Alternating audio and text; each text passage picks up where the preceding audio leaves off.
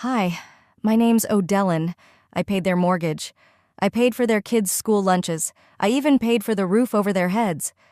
But when I heard my sister-in-law say, casually without shame, that my mother wasn't welcome for New Year's because she made people uncomfortable, I smiled.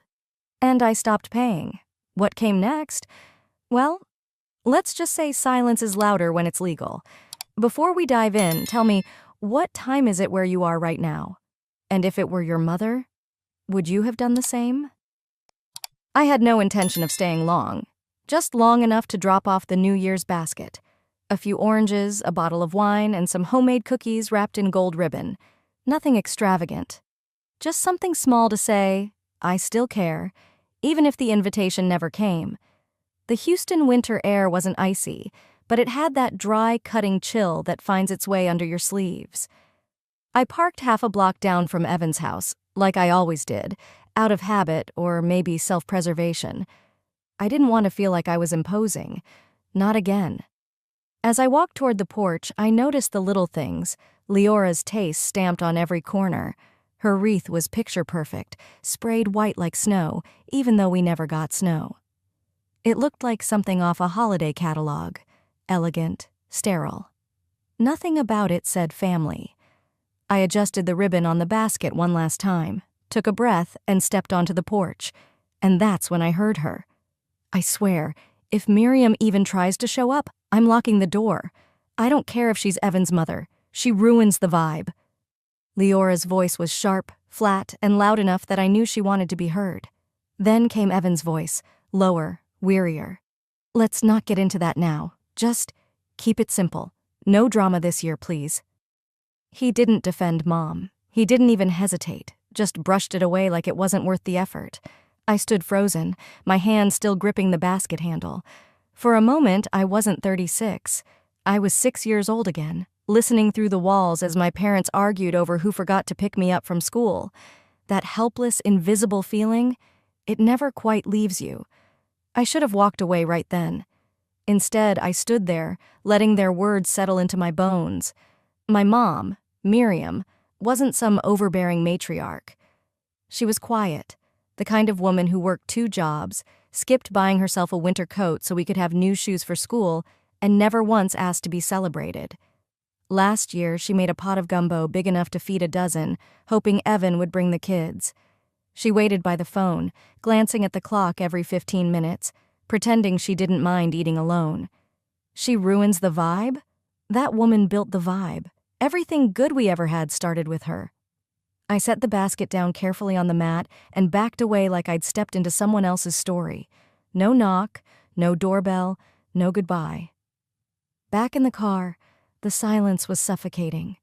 I stared at the steering wheel, my heart pounding in my chest, not from rage, but something colder, deeper. I remembered Mom's voice just a few weeks ago. I don't want to be a burden this year, honey. Maybe I'll just make myself a little dinner. A little dinner. For a woman who used to serve leftovers to herself after feeding all of us first.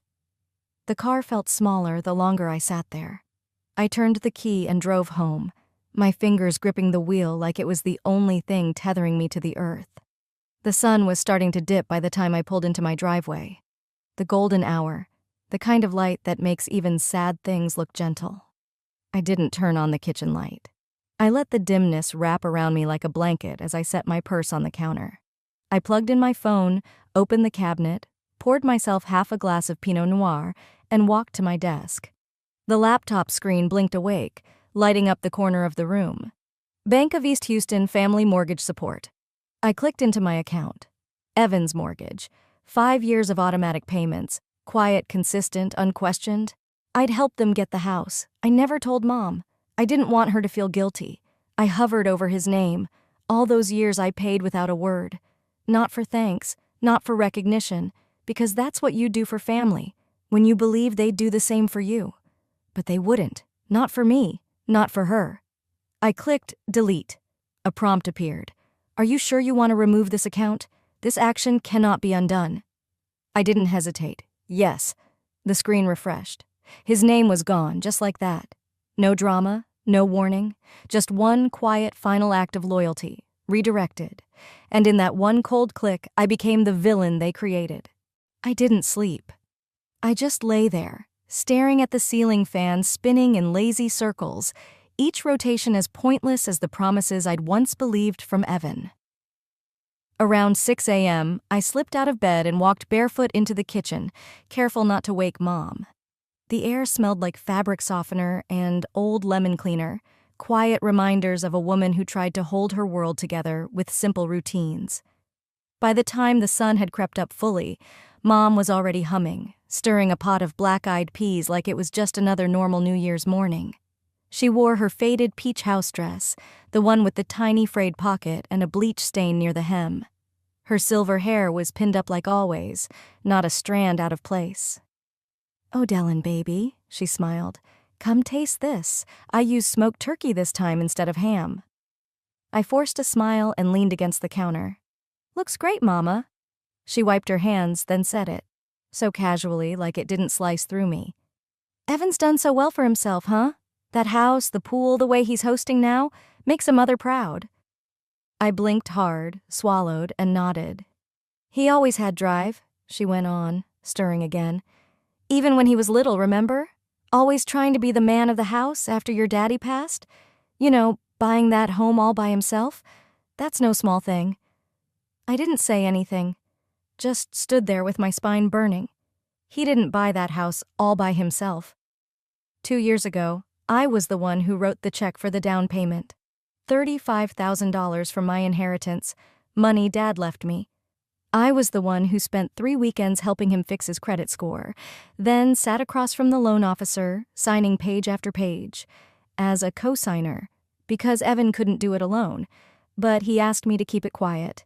Said, "It'll just confuse Mom if she thinks you're involved. Let's keep it clean, simple." And I agreed, like a fool. I told myself it was just paperwork, that it didn't matter who got credit. That family meant helping when you could. But it did matter. Especially now, seeing Mom swell with pride over something built on my silence. "You okay, baby?" she asked, turning to look at me. "You've gone all quiet." "Just thinking," I said softly, clearing my throat. "Did Evan ever tell you how he afforded the house?" She laughed. "Oh, you know your brother. Always said he was saving up in secret. Didn't want to say anything until it was done." I felt my jaw clench. Right. Saving up in secret. I walked to the hallway closet, pulled out a worn accordion file I'd kept since the closing day. It was stuffed with contracts, emails, bank statements, receipts that proved who had really made that house possible. Back in my room, I set it on the desk, flipped through pages until I found the one I remembered clearly. The final loan agreement. His name and mine. In bold, equal obligation, equal responsibility. But only one of us got the credit. Only one was the success story. And worse, Evan used that house, that illusion, to turn Mom into an outsider. He let his wife whisper, "She brings the mood down," and didn't say a damn thing. I sat there, looking at my signature next to his, feeling something cold and sharp rise in my chest. Resentment, yes, but also clarity. This wasn't just about Mom being excluded from dinner. This was about a pattern. I built that house with him, and now they barred the woman who raised us both from walking through it. He didn't just erase me, he used me. Well, now I had a paper trail, and if Evan thought I'd stay quiet forever, he was about to learn something new about his little sister. The morning after New Year's felt grayer than usual. The sky outside was blank, the kind of dull that seeps into your chest and settles there. I stood in the kitchen, pouring coffee that had gone lukewarm before I even took a sip. My mother sat on the sofa, quietly knitting a scarf she'd started weeks ago. Her fingers moved steadily, but her eyes stayed far away. She hadn't said a word about last night. Neither had Evan. Not a single message, not a call, nothing. I checked my phone again, out of habit more than hope. The screen stared back blankly. Then a buzz. Evan. My heart jumped. I tapped answer, but it ended just as quickly. A missed call, no voicemail. I opened my voicemail anyway, expecting an empty inbox, until I saw one new message from the previous night, time-stamped around the time they were probably still setting the table. I tapped it. At first, all I heard was static and rustling, until a familiar voice broke through. Evan. She's emotionally unstable. I mean, who drags mom to everything like it's still 2005? We needed this clean. My stomach turned. A woman's voice chimed in.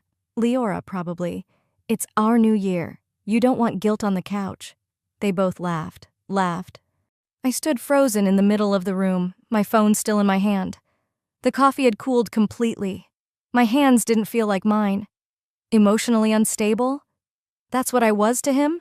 Just a liability with too many memories?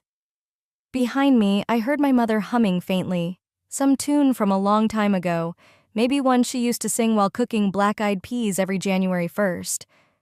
Every New Year, we'd sit in that old kitchen, the three of us, playing charades, messing up cornbread recipes, falling asleep on the couch together under the same fleece blanket. And now? Now, I was the burden, the embarrassment, the one who drags mom around like it's 2005. I walked back to my room slowly, as if my feet weren't sure if they should carry me or just give up and fold. I sat at my desk and opened my laptop. The browser was still on the mortgage portal from the night before. There it was, my name, my signature. I clicked through the deed again, slowly, reading every word like it was written in fire. It wasn't just a house, it was proof that I mattered when it counted. Evan's voice echoed in my head. We needed this clean. Clean. He wanted a clean slate, a guilt-free, sanitized version of our family, one where the mother who raised us alone didn't exist, and the sister who co-signed his future didn't matter. I looked up, my reflection faint in the dark screen. They want clean? I whispered to no one. Let's give them clean. I closed the laptop, but not before saving the voicemail in a folder titled January. Not revenge, not yet. But the seed had cracked open. The phone call ended, and for a long while I just sat there, staring at the quiet hum of my screen. I wasn't trembling, not anymore. What replaced the ache in my chest was colder.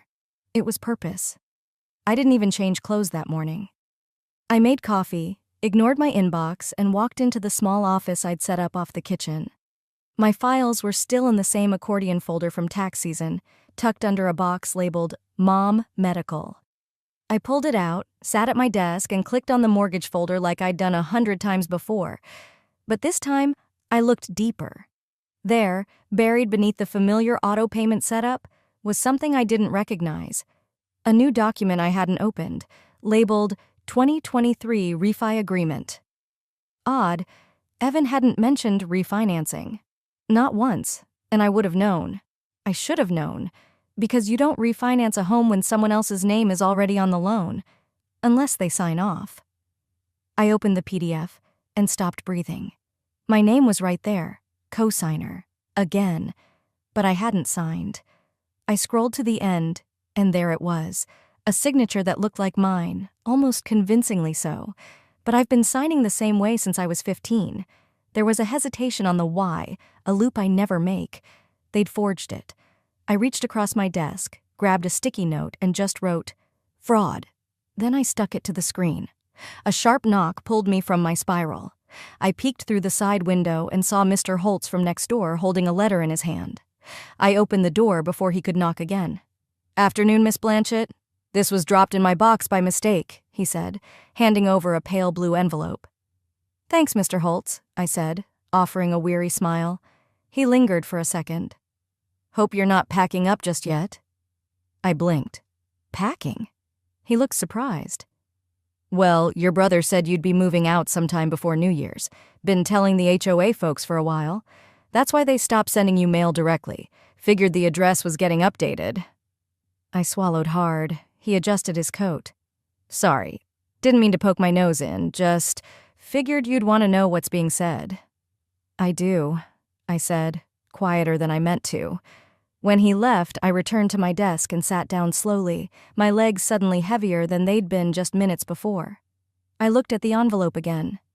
The return address was for the HOA. Inside, a notice about upcoming assessments, addressed to Evan and Leora.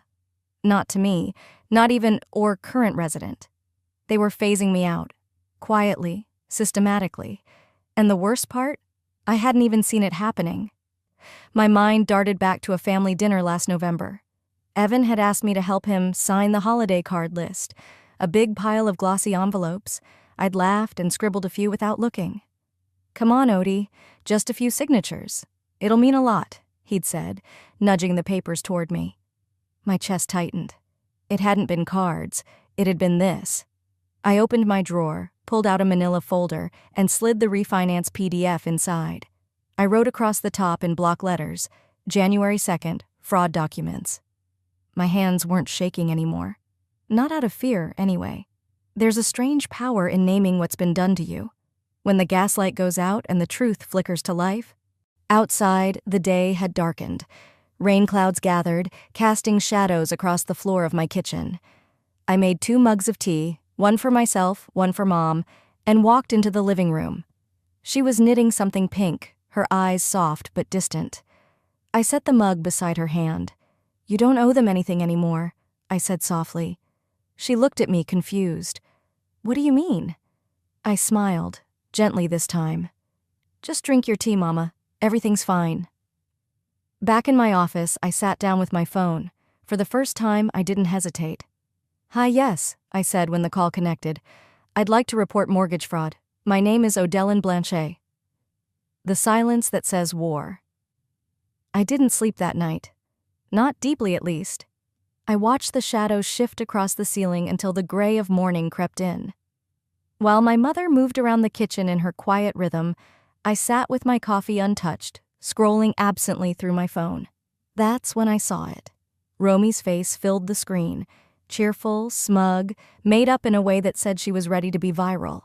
The video was stitched with a popular audio clip about drama queens, but the caption below made my stomach turn cold. Family freeloaders always act like saints. And then came my voice, clipped from a conversation we'd had weeks ago in confidence. I'd been talking about sacrifice, about how I covered the mortgage after Dad passed because I couldn't bear to see Mom lose the house. Now it was spun into a joke. Her followers laughed. They dropped emojis, crying with laughter, the little clown face, a broken heart split for dramatic effect. That wasn't just content. That was cruelty served on a silver platter for clicks. I didn't scream, I didn't throw my phone. I stood up slowly, walked to the hall, and shut my bedroom door behind me. Sitting at my desk, I opened my banking app. The numbers blinked back at me, scheduled transfers, neat and predictable. One by one, I canceled every recurring payment. The mortgage, the groceries, the utilities I'd been covering quietly for 2 years, not out of obligation, but because I thought I was helping hold the family together. Click. Canceled. Click. Gone. Click. No more. If they wanted to act like I was dead weight, I'd let them see how much they were leaning on me. Mid-morning, I texted Romy. "Coffee? 11:30? That place near Heights. Just us." She replied in minutes. "Sure. Been meaning to talk anyway." I didn't mention the video. I wanted to look her in the eye when I asked her who she really thought I was. The cafe was bright and crowded, but the noise washed out to a low hum once Romy arrived. She hugged me like nothing was wrong, like she hadn't just blasted me across the internet. Her perfume was sharp, her smile rehearsed. "Girl, you good?" she said, sliding into the chair across from me. "That video was trending all night. Wild, right?" I didn't respond right away. I stirred my tea and let her fill the silence. "You know how it is," she continued, flipping her hair back. "It's just content. Everyone's doing family stuff now. Relatable, messy. It's all love, though." I reached into my bag and pulled out my phone, unlocked it, slid it across the table, screen facing up. On it was the scanned refinancing document. My name, my fake signature, a notary who didn't exist. She leaned in and froze. The color drained from her cheeks. "I didn't do that," she said too quickly. I didn't blink. "It doesn't matter. You're part of it now." Her hand hovered above the phone, then retreated. "This isn't content," I said quietly. "It's a felony." We sat in that silence for another moment. She didn't reach for her latte again. I stood up and left. By the time I pulled into my driveway, The wind had picked up. Dead leaves skittered across the porch. Inside, the air felt different, heavy, like a shift had taken place. I stepped into the kitchen and found my mother hunched at the sink, shoulders shaking. Her back was to me, but the sound of her trying not to sob cut through the quiet like glass. I paused, watching her try to hold herself together. For what? For them? I didn't say a word. I walked past her, not out of coldness, out of clarity. This wasn't my burden to carry anymore. The following day brought a strange, deceptive calm. Gray skies hung low, the kind that made you think the world was holding its breath. I sat at my desk with a steaming mug of coffee untouched beside me, the scent sharp but distant, like everything else had become. The morning had passed in near silence.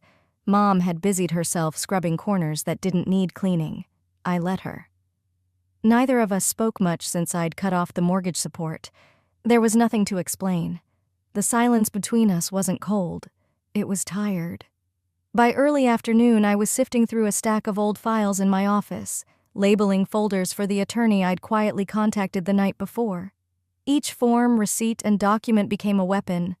Facts didn't flinch. Paper didn't lie. A light knock pulled me out of my focus. When I opened the front door, Mrs. Henley, our elderly neighbor from 3 doors down, smiled, clutching a red holiday envelope in her gloved hand. "Oh, Dellen, dear," she said with a soft breath. "This was in my mailbox. Must have been mixed up. It's addressed to Romy, but your name is printed under the barcode. Strange, right?" I took it, eyes narrowing. "Thank you, Mrs. Henley." She hesitated. "I hope you're doing okay. Folks around here talk a lot, but not everything they say is true."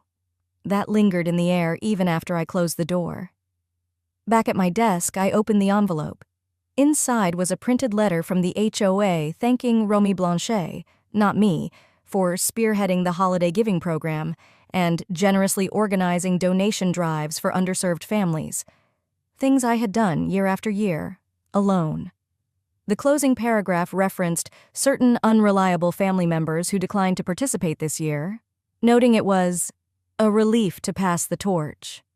My chest stayed still, but something behind my ribs cracked. They'd taken even my reputation now, swapped me out of my own story. I didn't cry. I shredded the letter. Then I went back to the files, tugging out older records to prepare a timeline of every financial action tied to the house. That's when I saw it. A credit alert from a lender I didn't recognize, postmarked 4 months ago. My breath stalled. I clicked through the bank's web portal using credentials I still had from the cosign. And there it was, a second mortgage, opened in my name, using my social, with a signature that almost looked like mine. Except I hadn't touched a pen. It hit like a slow, steady landslide. My own parents had done this. They hadn't even asked. The shock was quiet. The realization came on like steam under skin, burning, invisible, unstoppable. I replayed a voicemail from last fall. Dad's voice, hesitant. "You wouldn't understand. We just needed help. It was temporary." His version of affection had always been coded in conditions. Even now, he hadn't admitted what they'd done. I stared at the screen. Help? I gave help. They took ownership. They handed out stories with my name erased and then redrew me as the problem. The calm inside me hardened. Not anger anymore, clarity. I unlocked the drawer beside my desk and removed a folder labeled Original Mortgage 2019. Each page crisp, notarized, official. My name, my consent, my terms. Then I pulled the new document from the printer tray, the one with the forged signature. My name, copied, crooked, wrong. I placed the two side by side on the desk and began printing copies, labeling a new folder. Fraud, Second Mortgage, October 2024. Facts were now my fists, and I'd stopped pulling punches. The night air was crisp, and I could hear the rustling of winter-dry leaves beneath my shoes as I walked toward the community hall. Porch lights glowed in quiet rows, but I wasn't here for pleasantries. I pushed the doors open at exactly 7:03 p.m. Conversations died in fragments. People looked up, surprised. Some blinked as if trying to place me.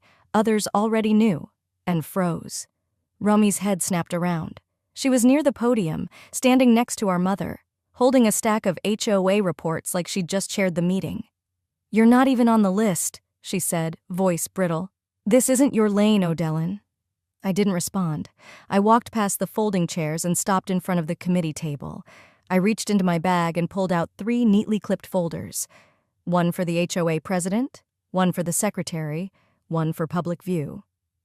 Inside, documentation showing my name listed, falsely, as absent and unreliable in previous meeting minutes, forged acknowledgments tied to the holiday drive, and a copy of the second mortgage opened without my consent.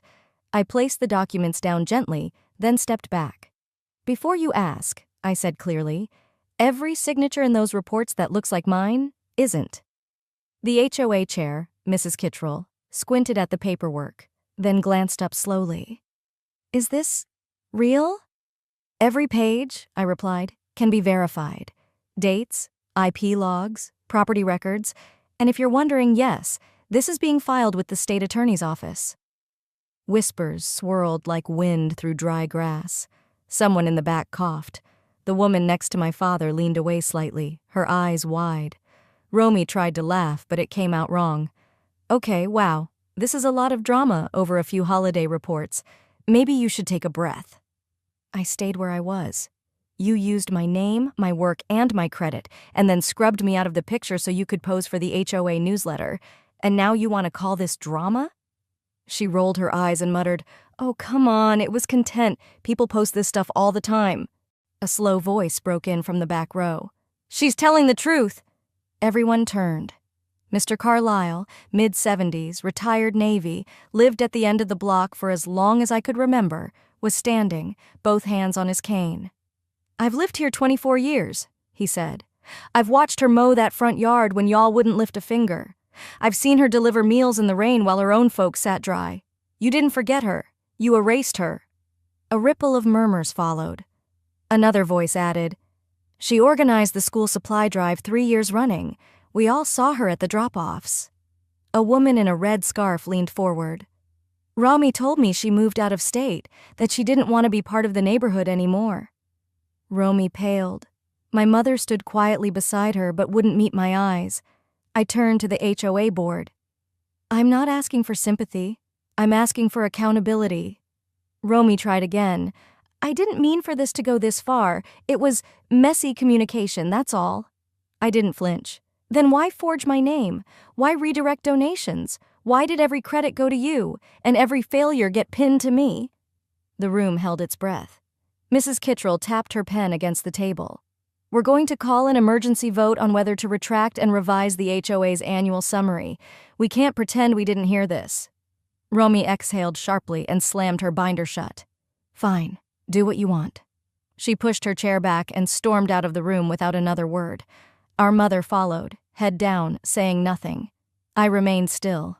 Mr. Carlisle nodded toward me, slow and steady. "Some truths don't need shouting," he said. "They just need a mic." The stillness after the HOA meeting followed me home, but it didn't lull me. It clarified everything. 2 days passed, not in peace, but in certainty.